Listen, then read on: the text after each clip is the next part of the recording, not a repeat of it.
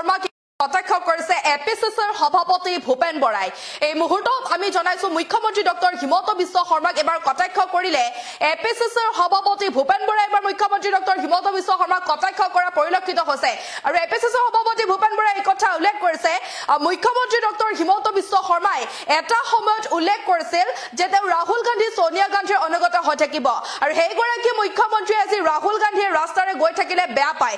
আৰু এনেদৰে এতিয়া এপিচিচিৰ সভাপতি ভূপেন বৰাই কথা উল্লেখ কৰিছে। আমি মুহূৰ্তত ফুল স্ক্ৰীনৰ জৰিয়তে খবৰ জনাবলৈ চেষ্টা কৰিম। হিমন্ত বিশ্ব শৰ্মা কটাক্ষ কৰিছে এপিচিচিৰ সভাপতি ভূপেন বৰাই। মুখ্যমন্ত্ৰীয়ে এটা সময়ত কৈছিল যে মই জীয়াই থকালৈকে ৰাহুল গান্ধী সোনিয়া গান্ধীৰ অনুগত হৈ থাকিম আৰু সেইজন মুখ্যমন্ত্ৰীয়ে ৰাহুল গান্ধী ৰাস্তাৰে গৈ থাকিলে বেয়া পায়। আৰু মুখ্যমন্ত্ৰীয়ে কৈছিল যে ৭১ চনলৈকে অসমে বুজা ললে আৰু আমি বুজা ল'ব নোৱাৰো আৰু এতিয়া আমি অসমে এতিয়া বহুত বুজা ললো আৰু নোৱাৰো সামৰ্থ্য নাই। আৰু আজি মুখ্যমন্ত্ৰীয়ে কৈছে কা আন্দোলন কৰা সকল অসম বিৰোধী। আৰু এনেদৰে এতিয়া এপিচিচিৰ সভাপতি ভূপেন বৰাই কথা উল্লেখ কৰিছে কোনো কাৰণতে কা মানি নলয়, কোনো কাৰণতে এতিয়া কা মানি নলয়। বিৰোধী ৰাজনৈতিক দল সংগঠনসমূহে কোনো কাৰণতে কা মানি নলয়। তেওঁলোকে যিকোনো পৰিস্থিতিৰ সৈতে মোকাবিলা কৰিবলৈ সাজু আছে। আমি আপোনালোকক জনাইছো মুখ্যমন্ত্ৰী ডক্টৰ হিমন্ত বিশ্ব শৰ্মাক এইবাৰ তীব্ৰভাৱে কটাক্ষ কৰিছে এপিচিচিৰ সভাপতি ভূপেন বৰাই।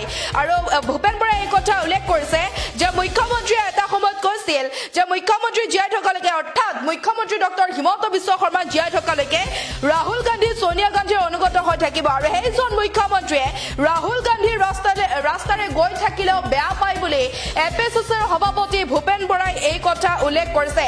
আৰু মুখ্যমন্ত্ৰীয়ে কৈছিল ৭১ চনলৈকে অসমে বুজা ললে আৰু বুজা ল'ব নোৱাৰে আৰু আমি অসমে বহুত বুজা ললো আৰু নোৱাৰো সামৰ্থ্য নাই। আৰু আজি মুখ্যমন্ত্ৰীয়ে কৈছে কা আন্দোলন কৰা সকল অসম বিৰোধী। এনেদৰে এতিয়া এপিচিচিৰ সভাপতি ভূপেন বৰাই এই কথা কোৱা পৰিলক্ষিত হৈছে।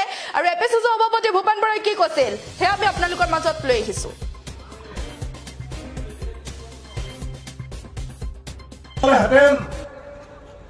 আজি অসমীয়া জাতীয় জীৱনৰ প্ৰতি কিমান সংকট আহিলেহেঁতেন সেই কথা আমি সকলোৱে অনুভৱ কৰিব পাৰো। এইজন মুখ্যমন্ত্ৰী যি এদিন কৈছিলে যে মই জীয়াই থকালৈকে সোনিয়া গান্ধী ৰাহুল গান্ধীৰ অনুগত হৈ থাকিম, আজি সেইজন মুখ্যমন্ত্ৰী হোৱাৰ পাছত ৰাহুল গান্ধী ৰাস্তা দি গ'লেও বেয়া পায়।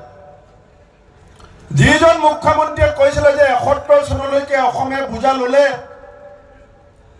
আৰু আমি বুজা ল'ব নোৱাৰো, আমি অসমে উদাৰতা দেখুৱালো, আমি অসমে বহুত বুজা ললো, অসমৰ আৰু সামৰ্থ্য নাই।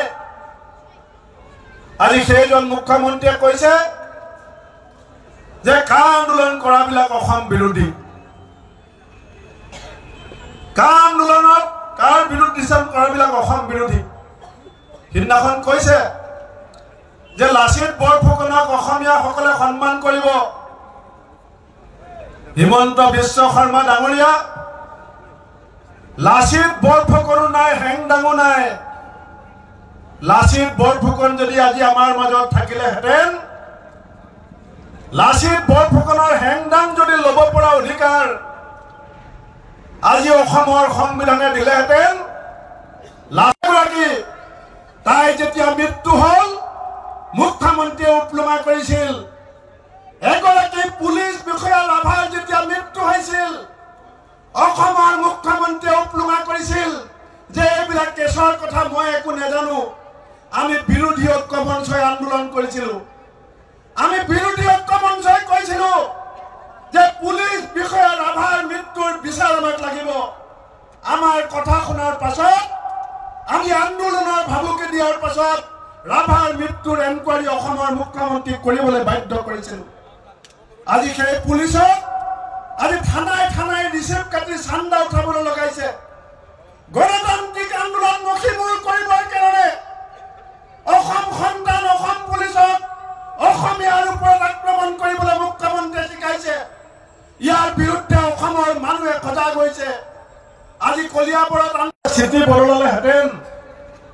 আৰু সভাপতি ভূপেন বৰাই এনেদৰে এতিয়া মুখ্যমন্ত্ৰী ডক্টৰ হিমন্ত বিশ্ব শৰ্মাক কটাক্ষ কৰা পৰিলক্ষিত হৈছে। জোনমণি ৰাভাৰ প্ৰসংগটো এতিয়া মাত পাতিছে এপিচিচিৰ সভাপতি ভূপেন বৰাই। আমি আপোনালোকক জনাইছো জোনমণি ৰাভাৰ সন্দৰ্ভতো মৃত্যু সন্দৰ্ভতো এতিয়া মাত পাতিছে এপিচিচিৰ সভাপতি ভূপেন বৰাই। কোনো কাৰণতে এতিয়া কাম মানি নলয়, কোনো কাৰণতে বিৰোধী ৰাজনৈতিক দলে এতিয়া কাম মানি নলয়। যদিও লোকসভা নিৰ্বাচনৰ দিন চমু চাপিছে আৰু নিৰ্বাচনৰ সময়তে লোকসভা নিৰ্বাচনৰ পূৰ্বে দেশত কাম বলবৎ কৰাৰ কথা ঘোষণা কৰিছে গৃহমন্ত্ৰী অমিত শ্বাহে। আৰু তাৰ পাছতে কিন্তু ক'ব লাগিব যিসমূহ বিৰোধী ৰাজনৈতিক দল আছে এই ৰাজনৈতিক দলসমূহ ইতিমধ্যে জাঙুৰ খাই উঠা পৰিলক্ষিত হৈছে। যিকোনো পৰিস্থিতিতে তেওঁলোকে ৰাজপথত তীব্ৰ আন্দোলন কৰাৰ হুংকাৰ প্ৰদান কৰিছে। আৰু আমি আপোনালোকক জনাইছো এতিয়া ভূপেন বৰাই এপিচিচি সভাপতি ভূপেন বৰাই মুখ্যমন্ত্ৰী ডক্টৰ হিমন্ত বিশ্ব শৰ্মাক তীব্ৰভাৱে কটাক্ষ কৰিছে। আমি আপোনালোকক জনাইছো মুখ্যমন্ত্ৰী ডক্টৰ হিমন্ত বিশ্ব শৰ্মাক এতিয়া কটাক্ষ কৰিছে এপিচিচিৰ সভাপতি ভূপেন বৰাই। তেখেতে ইতিমধ্যে এই কথা উল্লেখ কৰিছে। মুখ্যমন্ত্ৰী ডক্টৰ হিমন্ত বিশ্ব শৰ্মাই এটা সময়ত এই কথা উল্লেখ কৰিছিল যে মই জীয়াই থকালৈকে ৰাহুল গান্ধী সোনিয়া গান্ধীৰ অনুগত হৈ থাকিম আৰু সেইজন মুখ্যমন্ত্ৰীয়ে ৰাহুল গান্ধীৰ ৰাস্তাৰে গৈ থাকিলে বেয়া পায় বুলি এপিচিচিৰ সভাপতি ভূপেন বৰাই এই কথা উল্লেখ কৰিছে। যদিও জোনমণি ৰাভাৰ মৃত্যুৰ সন্দৰ্ভতো ইতিমধ্যে মাত পাতিছে এপিচিচিৰ সভাপতি ভূপেন বৰাই। পুনৰবাৰ ভূপেন বৰাৰ মন্তব্য আমি আপোনালোকৰ মাজত লৈ আহিছো।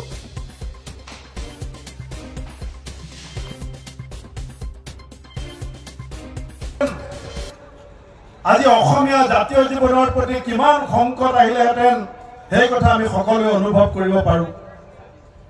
এইজন মুখ্যমন্ত্ৰী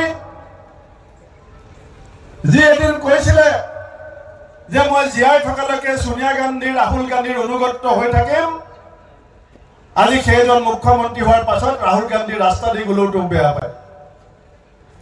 যিজন মুখ্যমন্ত্ৰীয়ে কৈছিলে যে ৭১ চনলৈকে অসমে বুজা ল'লে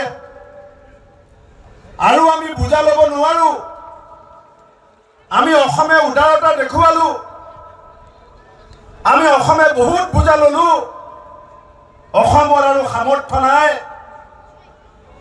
আজি সেইজন মুখ্যমন্ত্ৰীয়ে কৈছে যে কা আন্দোলন কৰাবিলাক অসম বিৰোধী। কা আন্দোলনত কাৰ বিৰোধিতা কৰাবিলাক অসম বিৰোধী। সিদিনাখন কৈছে যে লাচিত বৰফুকনক অসমীয়াসকলে সন্মান কৰিব। হিমন্ত বিশ্ব শৰ্মা ডাঙৰীয়া, লাচিত বৰফুকনো নাই, হেংদাঙো নাই। লাচিত বৰফুকন যদি আজি আমাৰ মাজত থাকিলেহেঁতেন, লাচিত বৰফুকনৰ হেংদাং যদি ল'ব পৰা অধিকাৰ আজি অসমৰ সংবিধানে দিলেহেঁতেন, লাচিতগৰাকী তাই যেতিয়া মৃত্যু হ'ল মুখ্যমন্ত্ৰীয়ে উপলুঙা কৰিছিল। এগৰাকী পুলিচ বিষয়া ৰাভাৰ যেতিয়া মৃত্যু হৈছিল অসমৰ মুখ্যমন্ত্ৰীয়ে উপলুঙা কৰিছিল যে এইবিলাক কেছৰ কথা